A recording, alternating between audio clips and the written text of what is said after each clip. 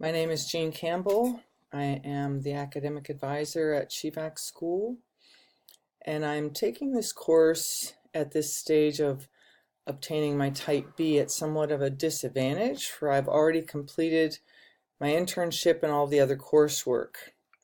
I have a master's degree in secondary education and curriculum instruction, and over the years I've attended multiple professional development trainings specific to curriculum development, curriculum mapping, aligned to standards, etc., etc. So one major learning that I have received this semester is that I am not the cynic that I really thought myself to be. A lot of what we observed and read about spoke to the theory that we need to teach students to be critical thinkers, that we need to help students identify their interests and provide them with learning experiences that guide them in developing skills that relate to their interests.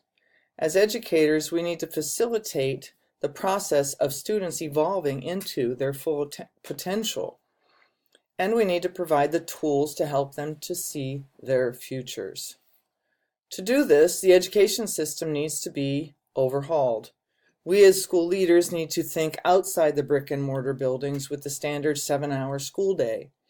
When I received my major in 2006, the recurring theme that each professor spoke to was being agents of change. They were constantly addressing the need to change the face of education to be more student-centered. Well, that theme is consistent with the readings and videos that we have attended to in this class. This work has validated what I always felt to be true when it comes to curriculum. I had the good fortune to experience extended professional development my first year of teaching in 2000-2001 with a man named Richard Strong. He happens to be the mentor to the Heidi Hayes Jacobs. I'm not professing to be at the mastery level of Miss Jacobs. Still, my training with Mr. Strong led me to develop cross-content thematic units of instruction with science, math, and social studies teachers in the middle school where I worked. We had an administration who provided the time to do this and paid me over the summer to complete my units. When I came to Alaska, it seemed a natural fit to continue in this approach to curriculum development. There were no curriculum maps, no pacing guides, no identified power standards with which I could prioritize my lessons. My students had 5 different English teachers in the 4 years they were in high school, and they experienced no continuity from one year to the next. I developed cross-cultural units of instruction that addressed the standards and the local culture. And at the time, we had an administration who supported the high school team in developing cross-content units of instruction. The cultural teacher at that time said that this project is the first time that he felt part of the high school teaching team. How sad is that? If the cultural teachers in the building do not feel that they are a valued part of the whole staff, how much more devalued must the students feel? I knew that this was the answer. We had to build on this and digitalize it in a program such as Rubicon Atlas. I wrote to the administration and the board to no avail. This single unit of instruction was taught 1 year. That teacher felt his value for 1 unit. Then grants dictated the direction of the curriculum. I wonder what it will take to put a team in place that can create a sustainable living curriculum project that takes into account the value of each and every person involved.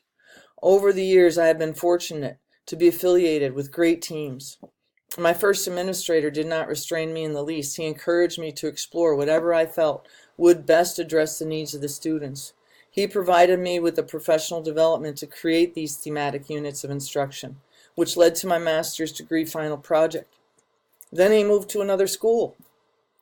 My first year in Alaska was much the same. We had an administration team and a team of teachers who understood the value of collaboration to address student needs. We thought outside the box and engaged students in learning. We went so far as to make adequate yearly progress that first year. Then the administration disbanded, and programs that were successful were put aside for grant-funded programs. In 2009, I became involved with the Alaska Education Innovation Network, AEIN. This was an education leadership professional development. Though I was a teacher, I was welcome and encouraged to develop a logic model that addressed reviving the Reading Apprentice and the 4-block programs that work so well in our school. They inspired me to enroll in the principal certification program. The leaders who started that and meant so much to me in my growth process are retired or have moved on to other projects. A colleague and I were both enrolled in the RAPS program for our Type B. I worked as a resource director. He was the principal. We were trained alike and complemented each other's strengths and weaknesses. Due to strains in district office, this team also disbanded in the spring of 2014. This year, I have returned to CHEVAC because it is my home.